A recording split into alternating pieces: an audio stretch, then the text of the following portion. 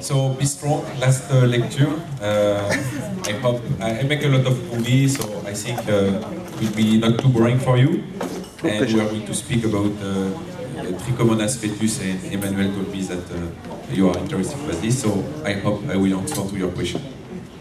So to begin this introduction, frequently I begin with this slide, and I explain that there is different way to see the thing. For example, if we consider the stars, which are very far, frequently we use a telescope. When we try to see which cells, which are very, very small things, we use a microscope. And for feces, what? For feces, it's a global approach that we need to do. So it's a little bit like to evaluate human society. It's not just to have a look and that's it. You need to have a global vision. Frequently, people say when I made my PhD about feces, they say, what? 3 years to do a study on feces of dog and cat? What are you doing?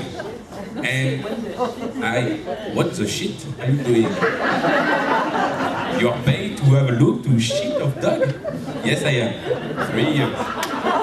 So my brother, which is engineer, say, what? Give me your lecture, give me your article. We are going to joke with my boss. And they say, yes, you can. And so I explained that it's not just to have a look on shit and to say, oh, soft, oh, no. It's a lot of things different we can observe inside. And I would like to share with you why I spent 3 years to have a look on the sheet and to work on it. I think like this you will be convinced that I was not paid for the thing, and if not, too late, I was paid. So, why it's complex? Because I tried to make the sum up of all the things that can have an impact on feces. The first thing is the physiological factors, but we have also nutrition which can play a role. Infectious disease, environmental factors and feeding technique. All these factors can play a role, and I would like just to underline some key points for all these things. So let's start with physiological factors. A little bit strong slide, but just to show you this study published in 2000 and try to evaluate the digestibility of different things, protein, carbohydrates, and energy, depending on the age of kittens. What we can observe is under 4 weeks, or 4 months, of age, we can observe that the digestibility is lower compared to older kittens. So we have in these young kittens a lower digestibility, whatever the situation, okay? Even if the situation is perfect, the digestibility is a little bit lower, so they are more sensitive to the digestive trouble. So that's why we try to improve and to limit this problem, and we can limit this thanks to nutrition. For this, I'm going to stay there. I would like to show some point, and let's start with a normal thing and what's happening in cat, as you all know, put there, because there is a stomach, large intestine and small intestine, and each organ has a specific function. If we take the stomach, first of all, we have a storage function and a predigestion. After we have the small intestine with digestion and absorption, and we finish with a large intestine with absorption and of course excretion. So we have very different organs for different functions. This, you know it.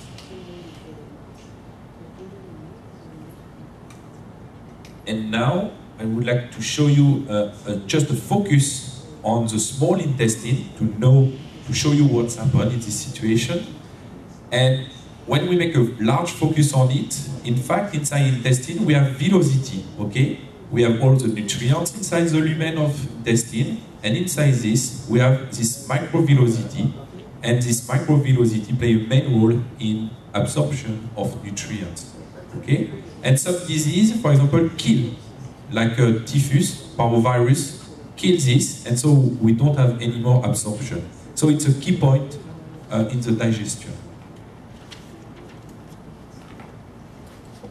So finally, digestibility, it's what? It's you ingest protein, fat, fibers, and there is some specific enzyme inside which are going to cut all this, and after this protein, fat, or other nutrients are absorbed in the bloodstream. Okay? So we have a main digestion inside intestine. If there is not an optimal digestion there, okay? If, for example, there is no low digestibility of protein, in this case, all the protein not digest go inside the colon.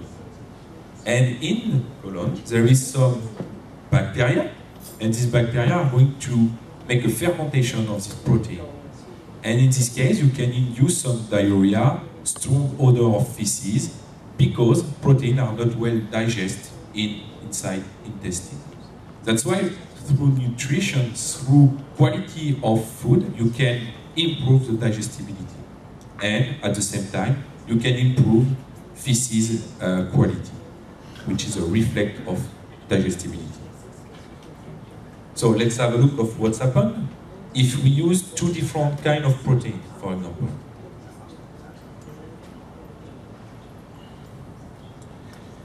On the left, red one, we have low digestibility protein, and the blue one, it's optimal digestibility protein, so a high quality protein. So here we can see that there is an enzyme who are going to cut this protein, the same thing for fat and other nutrients. But if the digestibility is low, there is some large piece of protein undigested. So the small part can be digested and absorbed by the velocity, but not the large one. So you can see in the bloodstream there is absorption of this small piece of protein, but the large one are not absorbed. So higher is the digestibility of the protein, higher will be the absorption, and lower will be the bad feces. Okay? So what's happened now? We are inside intestine. We have not this absorption of the large protein. So what's happened to this large protein?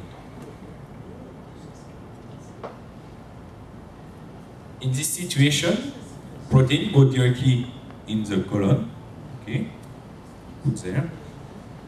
And inside colon, there is a lot of bacteria, as I told you. And these bacteria are going to fix and digest a little bit this protein.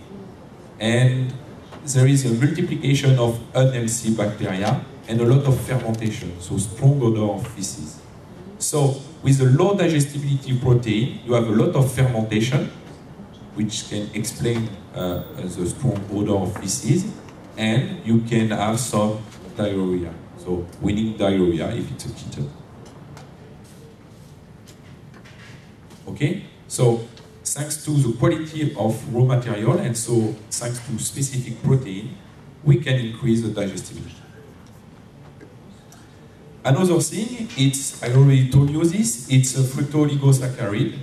And I already told you that this fructooligosaccharides, mannanoligosaccharides, which are specific fibers, can play a role in intestinal immunity and modulate inflammation. So, thanks to these key nutrients, you can improve also the digestibility and digestive health of kittens. So, just to show you the difference between fructooligosaccharides and mannanoligosaccharides, let's start with fructooligosaccharides. In this case, fructooligosaccharides, so the specific fiber, are going to stimulate healthy bacteria, so the green one, because there is different kind of bacteria in the digestive tract. When you use fructooligosaccharides, you can increase the multiplication of healthy one. So increase the health of digestive tract. Now, if we consider mannanoligosaccharides, so another kind of fibers,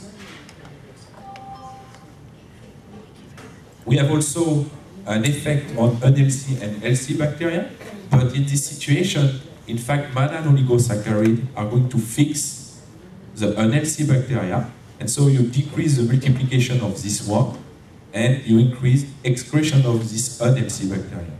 So thanks to fructooligosaccharides and mannan oligosaccharides, you can stimulate the multiplication of good bacteria, and you decrease the multiplication of unhealthy one.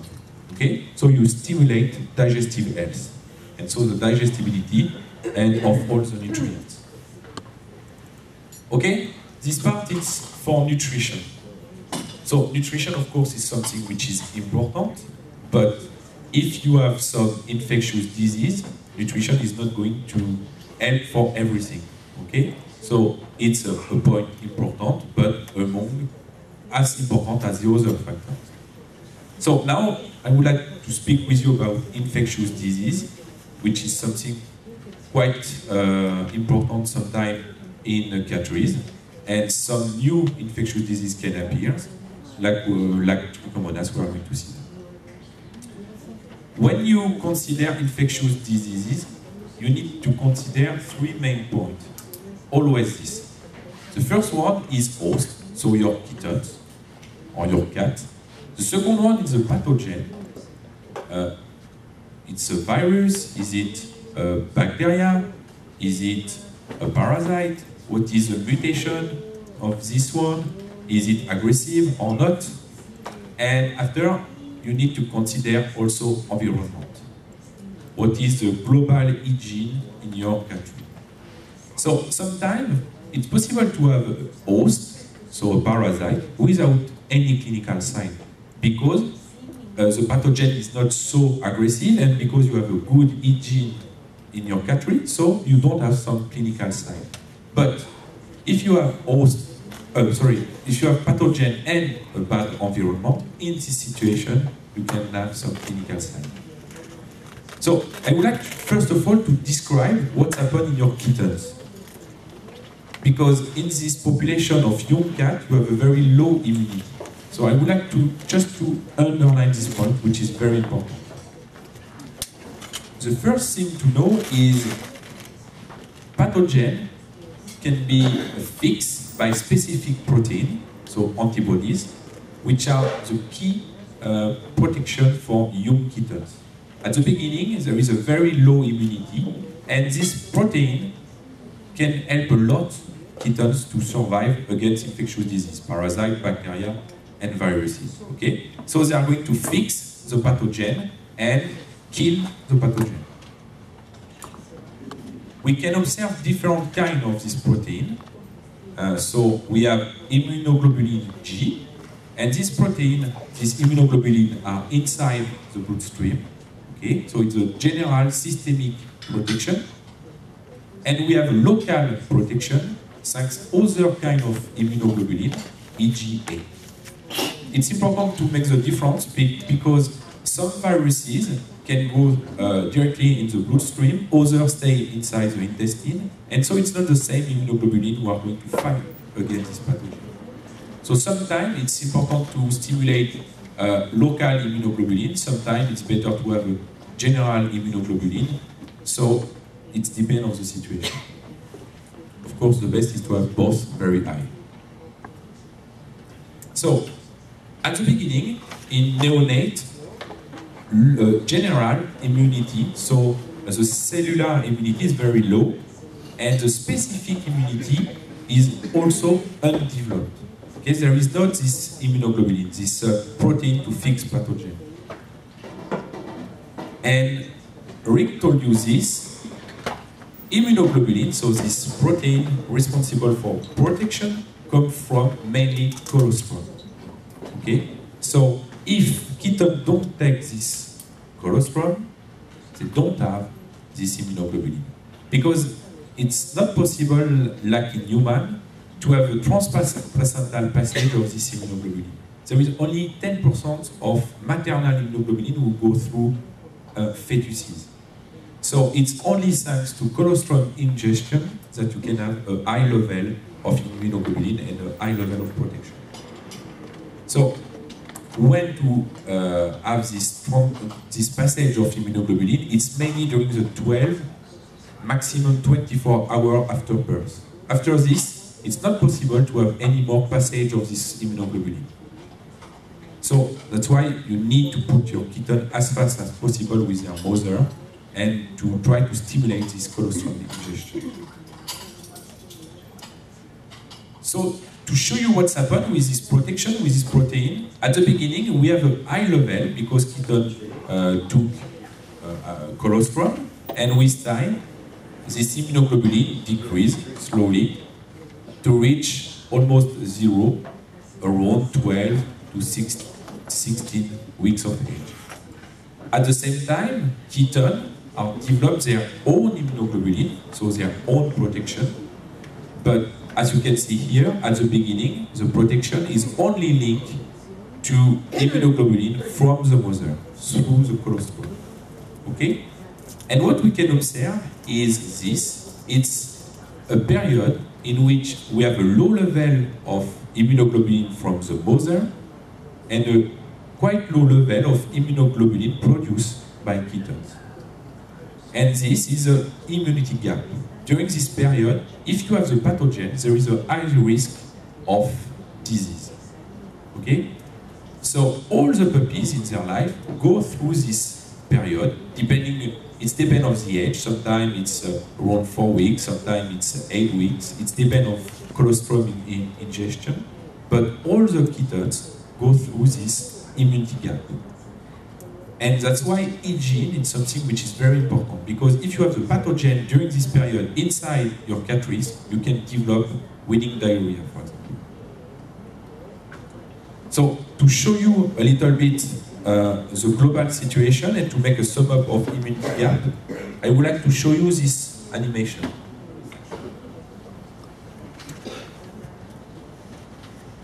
I hope you are going to understand, because it's not so high loud.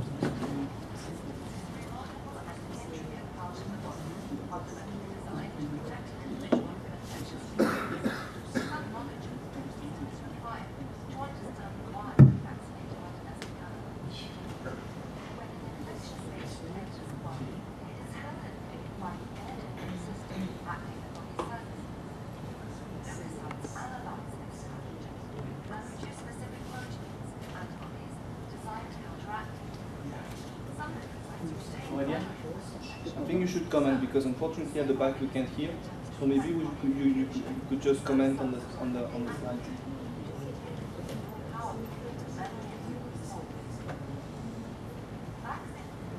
Okay, we are going to try like this.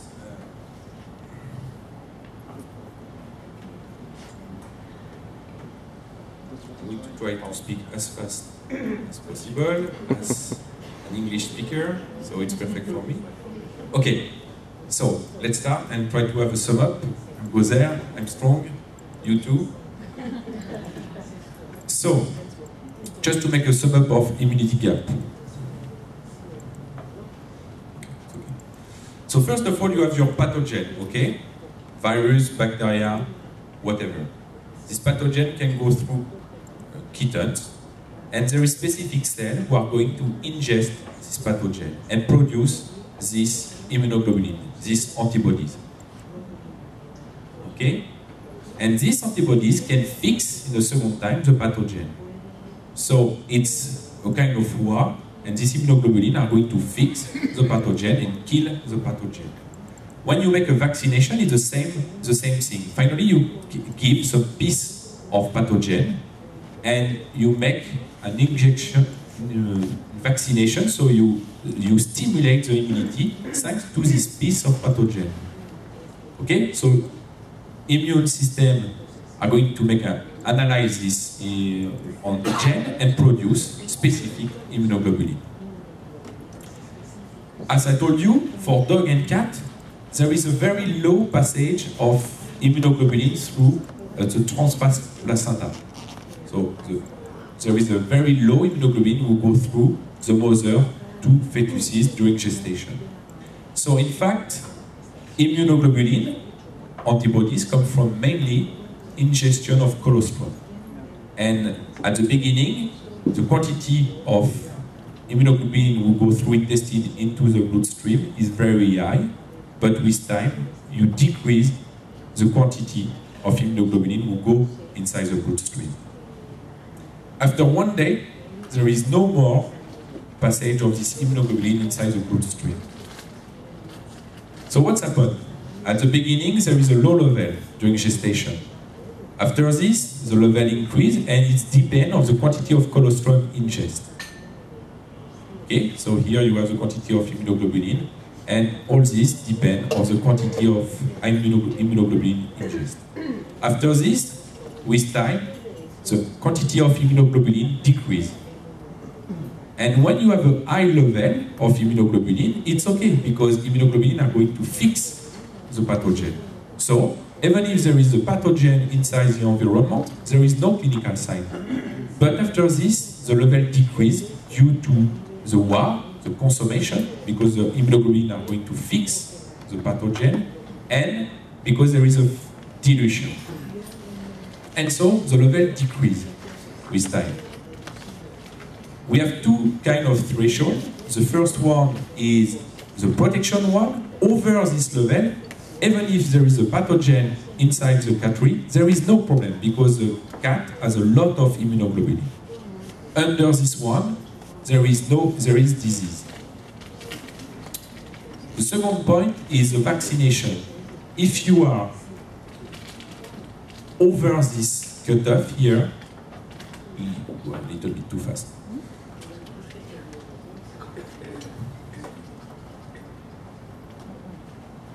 Okay, I go slowly and stop it.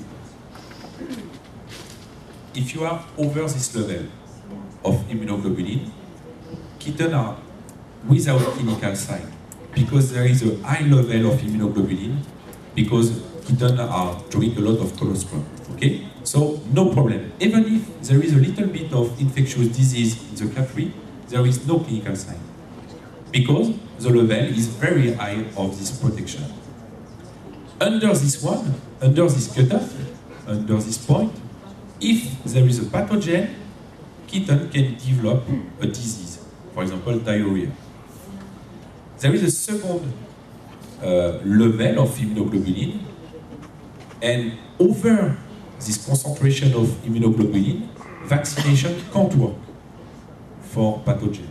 So it means that, for example, your vet can make a vaccination, but this antibody from the mother into the bloodstream of kitten are going to react against the vaccine. And so you make the vaccination, but there is no answer because kittens say, okay, it's not my own protection, so I'm going to kill the vaccine, thanks to these antibodies. And so over this level, there is no answer to the vaccination. Under this cutoff, if you make a vaccination, vaccine is going to work. So it means that, as you can see here, there is a critical period. What is it? Is it a period in which the level of antibodies is too low to protect kitten, but too high to have a vaccination protection? So it means here, it's the worst, because no effect of the vaccination and no effect of the antibody protection, too low level of concentration. So if there is a pathogen, virus, bacteria, in this situation, kittens are going to be ill. And all kittens go through this critical period.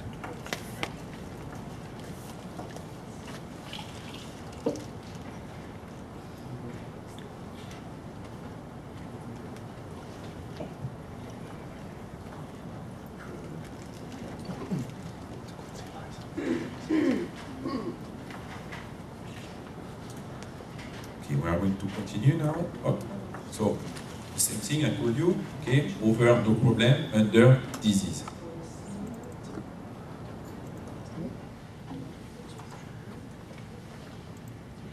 Second one, with the vaccination.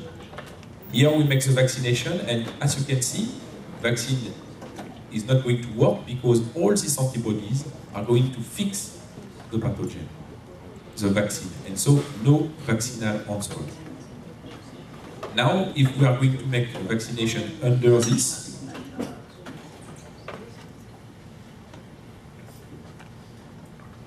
we are going to have a development of the vaccinal onset.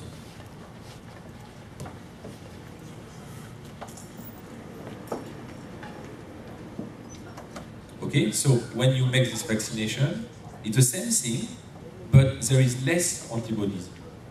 So in this case, kittens are going to be stimulated by the vaccine. And so they are going to produce their own antibodies. And you have a vaccinal answer. Okay? So it's really important to take into account this critical period.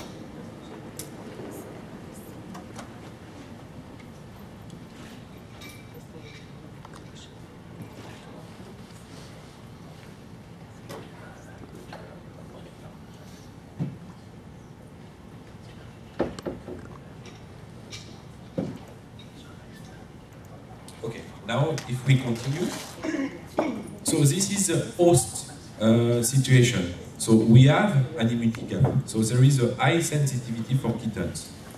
The second point is pathogen. I would like just to describe so the main one and try to see with you how it's works. There is four important ones. There is Coccidio, Isospora, coccidiosis, Giardia, Trichomonas fetus, and Toxocaracati. So all these are parasites. But they don't work at all at the same way. The first one, for example, Isospora, which is induced coccidiosis. So this microscopic pathogen is going to fix, and we have a multiplication inside the villosity. Okay? And so this parasite is going to destroy villosity. And we have a multiplication in all the intestinal tract. And in this situation, we can have some clinical sign. And this is an example of digestive trouble due to coccidiosis. We can see a little bit of blood here due to the destruction of intestinal cells. Frequently, we have a weight loss of the kitten. We have not an optimal coat condition, so the skin and coat is not optimal, just because the digestion of the food is not optimal due to the intestinal destruction. And we can have this diarrhea or soft feces associated with red blood. Okay? So this is a way of suspicion of this isospore. The second one, Giardia, it's also a parasite, but it's completely different in the way of induced diarrhea. If we take this one, we have some cysts inside this environment, and they can stay a long time, several weeks, in the country, and kitten can link another kitten on the floor and ingest this pathogen. And you can see here there is something which is going to fix on the mucosa, not to destroy it, but to fix it, and cover all the intestinal wall. And this parasite is able to destroy some specific enzyme, like pancreatic enzyme, and induce in this situation diarrhea. So in this case, what we can observe is this feces, very fatty feces. Why? Because there is not an optimal digestion of fat due to this destruction of pancreatic enzyme. And you have some chronic diarrhea with weight loss, because kitten can't absorb fat, and so we can observe some diarrhea. So here, it's a scientific thing to say that there is a lot of fat inside feces. So frequently, there is a yellow color of feces. It's an indication of Giardia infection. And compared to coccidiosis, Giardia can be sometime in young, but also in old cat. Okay? It's not only during the weaning we can observe this parasite. For coccidiosis, it's only during the weaning period. So it depends on the pathogen. Giardia, old cat, whatever the age. Isospora, coccidiosis, mainly during the weaning. Another one, which is, I think, wonderful because it's perfectly adapted to the cat and dog reproduction. We are going to see that. It's Toxocara. And so this parasite is able to be ingested by kittens. We have a multiplication inside the intestinal tract of eggs and production of larvae. And this larva can go first of all in a global cycle to make some adult, and we have an excretion of egg. But in some situation, we can have this larva who go through intestinal tract directly in the muscle of the cat. And in this situation, they stay like this, and whatever the deworming program, you can touch this larva inside the muscles. So whatever the deworming program, your cat will be still maybe infected by this parasite.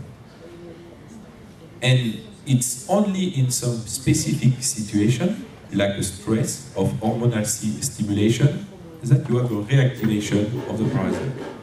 And in this case, it's going to wake up and go in the intestinal tract, and one more time to produce some eggs.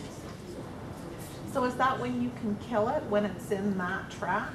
Yes, so you kill only, exactly, when you deworm a cat, you kill adult inside the intestinal tract, but not this larva inside the muscle. So it means that 1 week later, you can have a reactivation and a new contamination. That's why for kitten, for example, we recommend to make a regular deworming program, so every 2 weeks, or to prevent this reactivation and massive infestation. So when you kill only adult, in fact, when you make a deworming program, not this larva here. And something which is very interesting is during lactation, you can have this kind of reactivation, and larvae go directly from the mother to kitten through milk. Okay? No excretion, just because of the lactation, you have an ingestion of this larva, of this parasite, and a contamination of the kitten. So you don't need to have an excretion, in fact, it goes directly through the milk. That's why it's perfectly adapted to the reproduction of dog and cat. In dog, it's worse. It can grow through placenta, so directly during gestation. So you imagine, it's a parasite, we say when you breed dog and cat, you breed this parasite, because it's completely adapted to the reproduction of dog and cat. So the aim is not to be zero parasite, it's to have a low level, like this you have a good immunity and no clinical signs. What we can observe when you have a massive infestation, you can sometimes observe the global worm, but it's quite rare.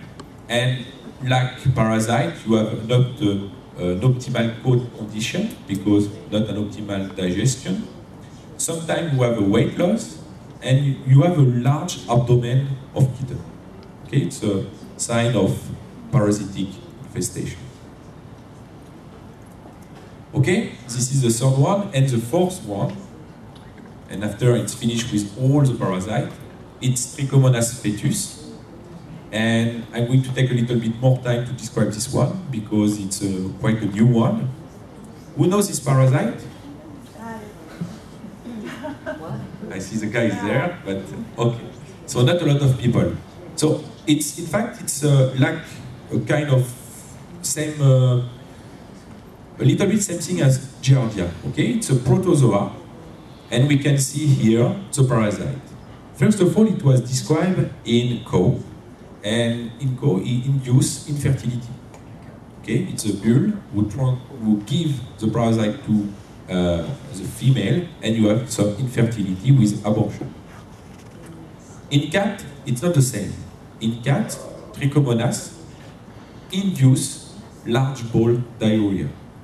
So it means that you have some soft feces without other clinical signs. I mean, the kittens are quite well, but you have frequently soft feces and sometimes they are going to make feces outside the normal place. Okay? So in this case, you can make a suspicion of Trichomonas. Sometimes, and it's true for all the parasites, you can observe this parasite in healthy, completely healthy cat.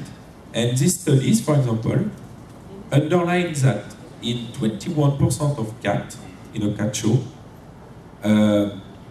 were positive to this parasite without clinical sign. And it's what I told you, if there is an immunity gap, if there is not good condition, a stress in this situation, this 21% of cats can have diarrhea because the parasite is inside the intestinal tract. How do they contract it? How is it? At a show. The question is how we... It's not necessarily that they got it at the show, but No. how is it spread? Yeah. So I'm going to show you this. We transfer now and we come back after. Fecal-oral, so through feces of other cats, you have a direct ingestion of the parasite. But this parasite is also very present some kind of resistance inside the environment. And at the beginning we thought that it's only through feces of another cat. But in fact there is some resistance inside the environment. So you can have transmission through clothes, things to clean also out the box. So all the indirect contamination.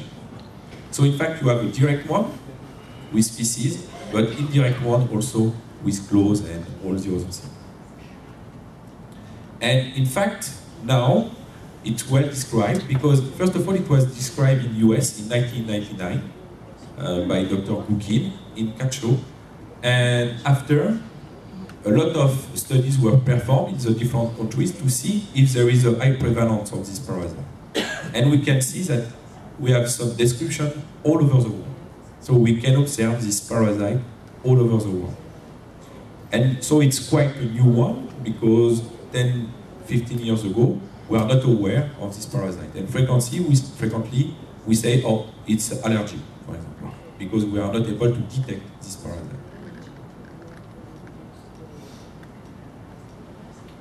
So, how to detect all these different kind of parasites? This is one more time in collaboration with your vet, of course, but just to give you some key point, there is in fact different tests. The first one is coproscopy. So you take feces and you are going to have a look on microscope if you see some parasite or not. This technique is not really sensitive. Sometimes you can lose some parasite. You can't see it, even if they are present in feces. But the good thing of this test is you can have a global vision of the situation. So, Giardia, Isospora, Toxocara, all these parasites, you can see it thanks to a coproscopy. And there is other tests, like SNAP test, so ELISA test or PCR, to detect the DNA of the parasite, which are available, but first of all, they are quite expensive, and moreover, you can detect only one pathogen in this situation. You say, I want to detect Trichomonas. You can use PCR, for example. But you don't know if you have Toxocara also in your country. So a good thing to have a global vision is to do coproscopy. How to do this? In fact, you try to pull feces of different population of cats in your country.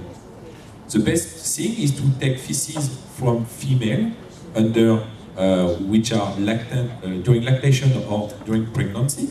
You collect feces of this population. You can collect feces at the same time of weaning puppies, for example, and adult present male tomcat, for example.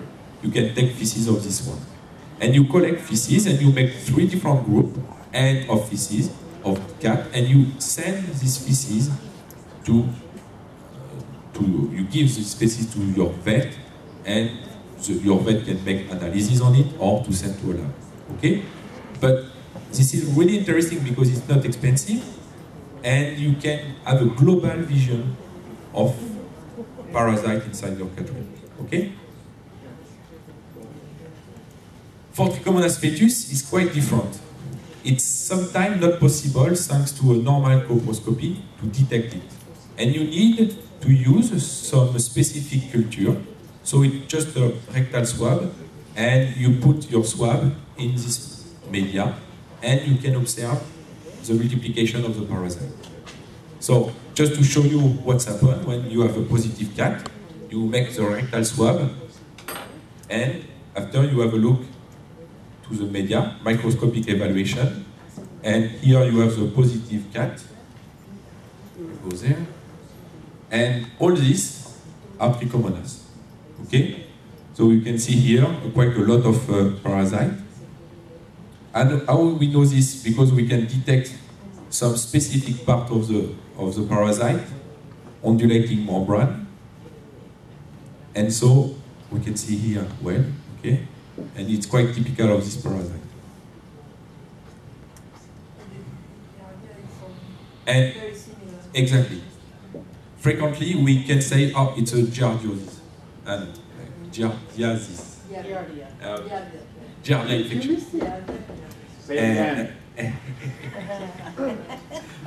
And it's completely correct. In this case, we can not completely to be sure that it's Giardia or Trichomonas. And so the best way to be sure is to use PCR. But Giardia is not this kind of undulating membrane. It's the main difference, but it's difficult to see.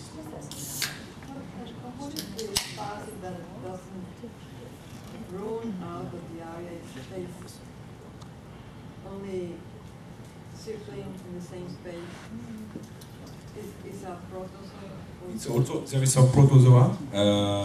For example, Pentatrichomonas, so it's another trichomonad, turn around like this. And but it's like a Trichomonas fetus, but very fat, very circular. And it turns like this.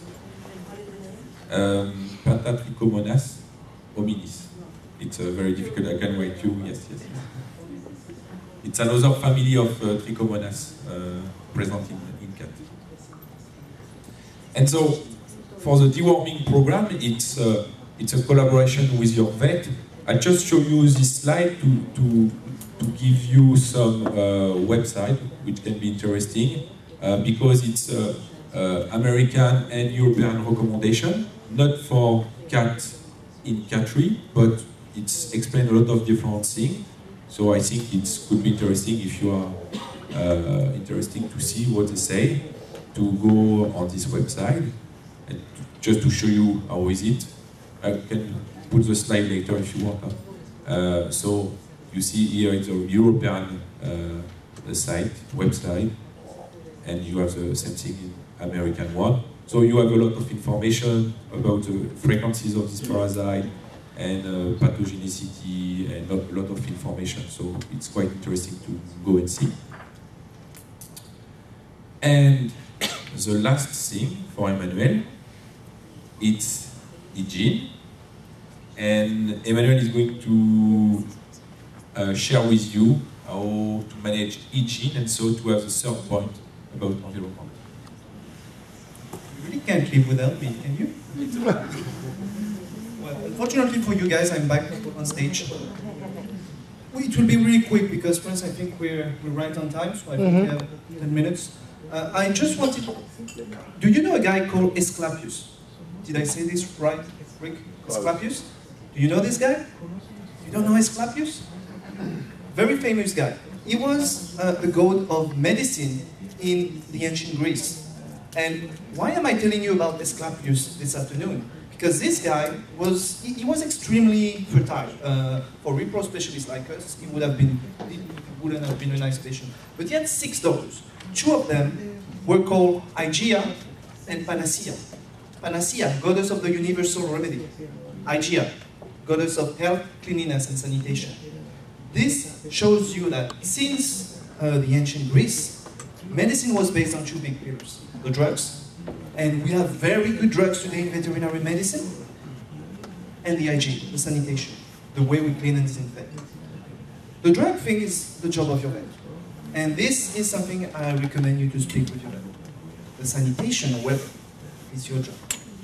Nobody likes to scoop the poop, we said that this morning, but that's the key part. And that's really the cornerstone of the protection of your cattery. And again, we're going to cover very quickly some basic principles of hygiene, which are really key again when you face infectious diseases threat in your cattery.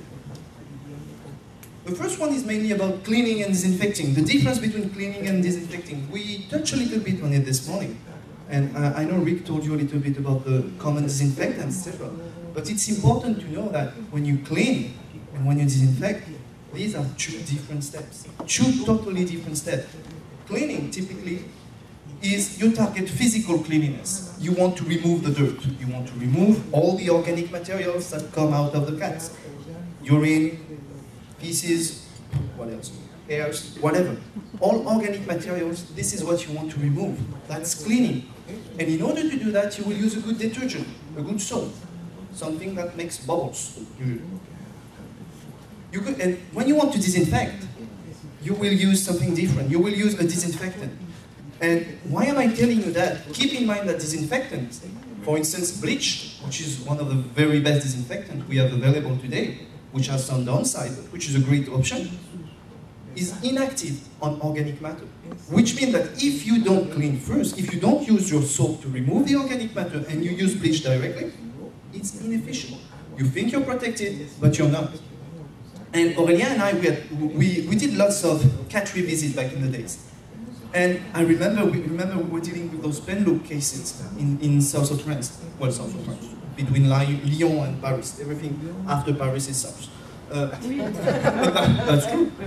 But what I wanted, these cases, people were dealing with Penlook. Penlook is due to a parvovirus. Parvoviruses, Rick told you this morning, are extremely resistant in the environment. And the first question we ask, how do you clean and disinfect? And then people think we're crazy. Because we ask them, how do they clean and disinfect? While they are looking for a drug, they are looking for medical solutions. But I said, no. How do we clean and disinfect? How do you clean and disinfect? So usually, in these cases, people were showing us, okay, we take a bucket, we take the bleach, we put the bleach in the bucket, we mix it with water, and then we pour it on the ground. They thought they were doing the right thing, but they were using a disinfectant to clean. They were doing a one-step thing. So instead of, they thought they were protected, but they were not. Because maybe it was clean, but it was not disinfected. And there were still lots of parvovirus in the environment causing the issues that they were facing.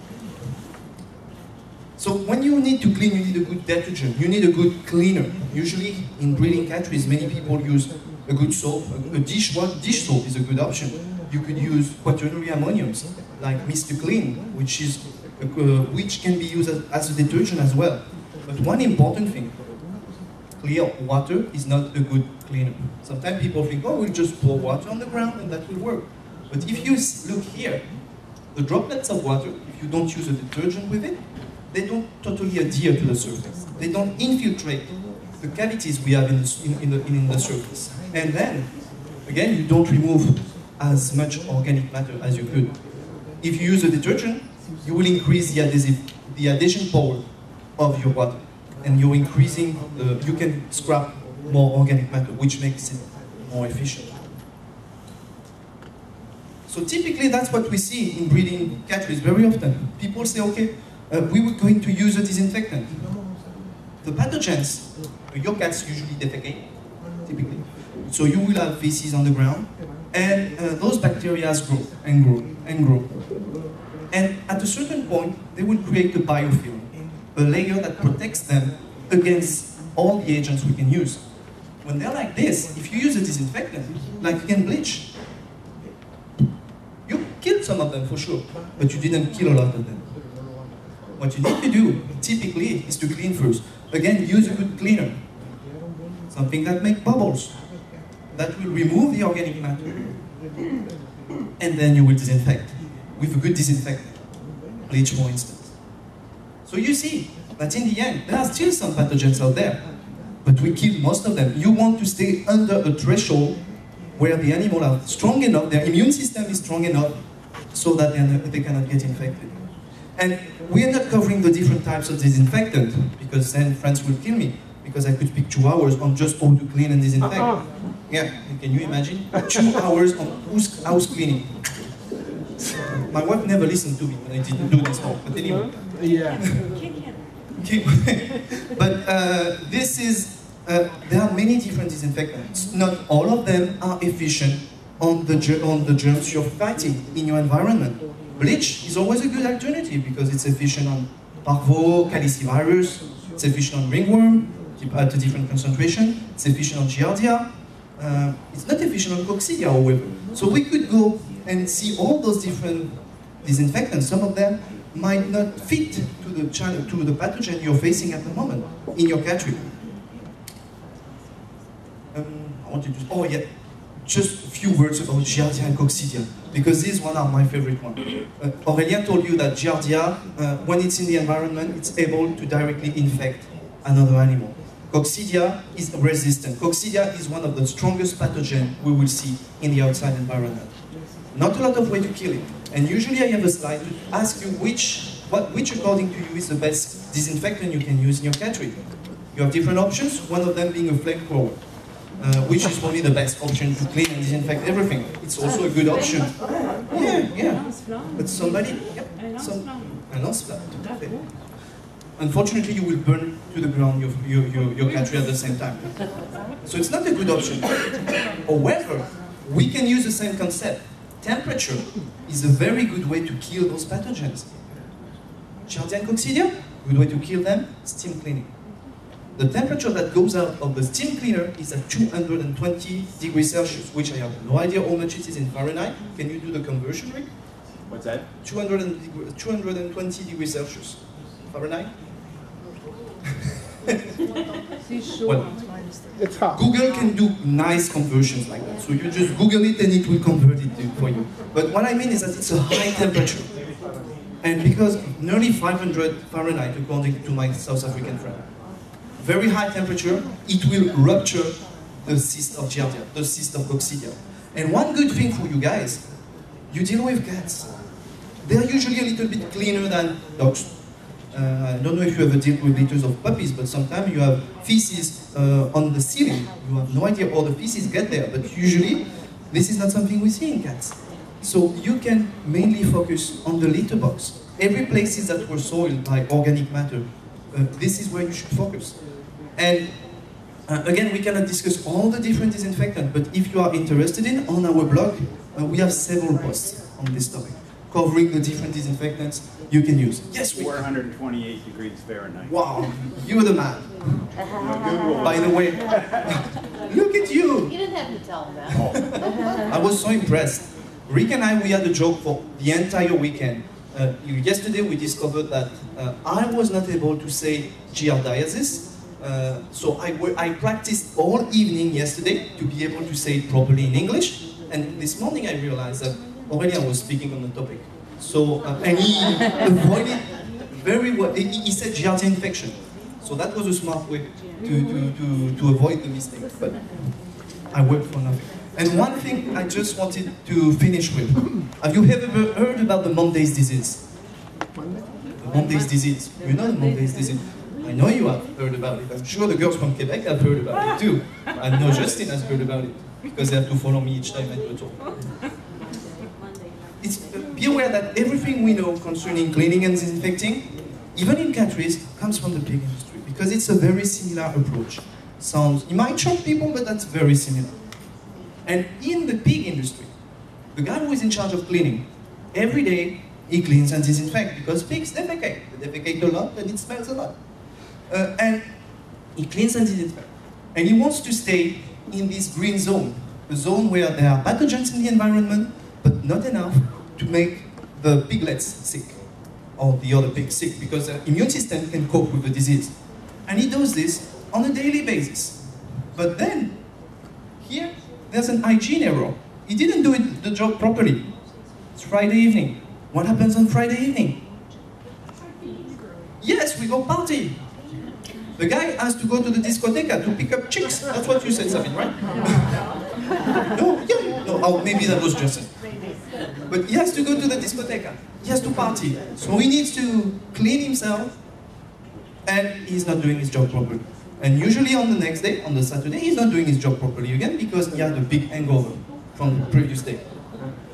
which means that during the weekend, that's why in the big industry, they were facing problems of diarrhea and upper respiratory diseases in piglets on the Monday and Tuesday, just because the job was not properly done during the weekend.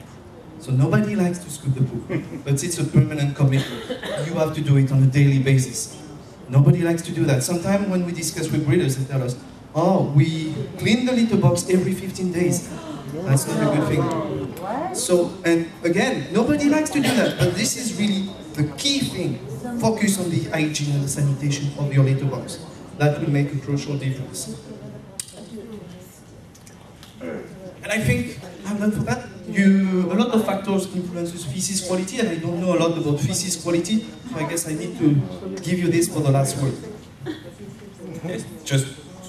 Yes, few words just to show you that finally when you have digestive trouble, you need to consider all the factors at the same time, okay? It's not just to consider nutrition only, infectious disease only. Try to have a global vision of the situation, because it's a really complex problem, okay? And the second thing that you need to remember, is during my 3 years of PhD, I did not work for nothing. And that's it. Thank you.